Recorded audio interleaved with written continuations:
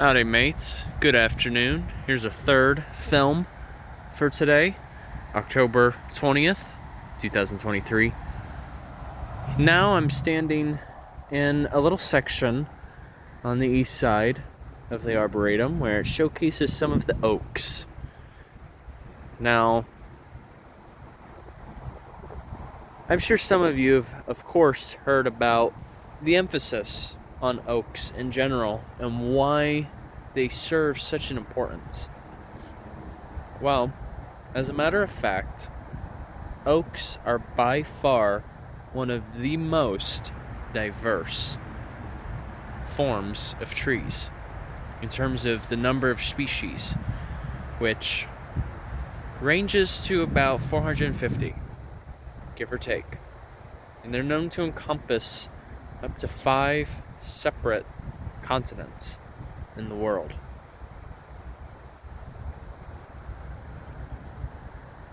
That being said, given their diversity and their versatility in terms of where they can inhabit, they serve as a keystone species, which means other forms of life, whether it's wildlife or even biological life, such as that of trees, for example, so like different plants, they rely on the oaks. And that being said, they are always known for producing their acorns. Now, usually when someone says, "Oh, those are acorn trees," I mean, sure, you're right in a sense, but something that you must know is that if you ever run into an acorn, it almost always comes from an oak. And here we go. Here is one of the most well-known forms of oak, the white oak. Now, like, if you want to identify it by the leaf, here's an example.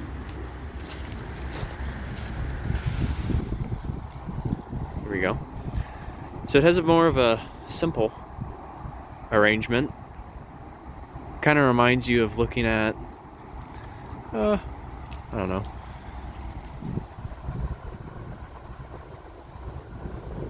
Kind of reminds you of looking at a vest of some sort.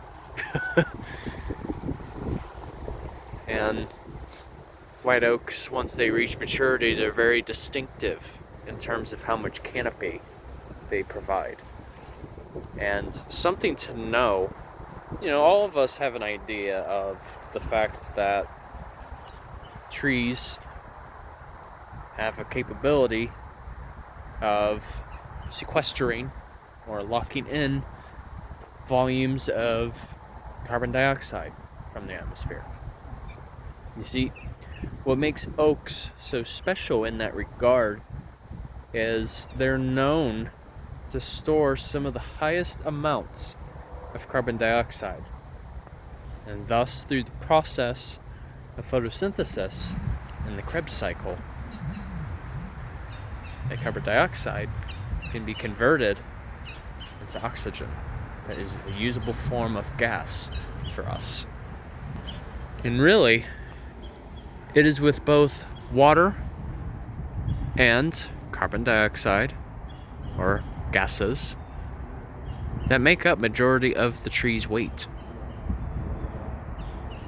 And that's the other thing too.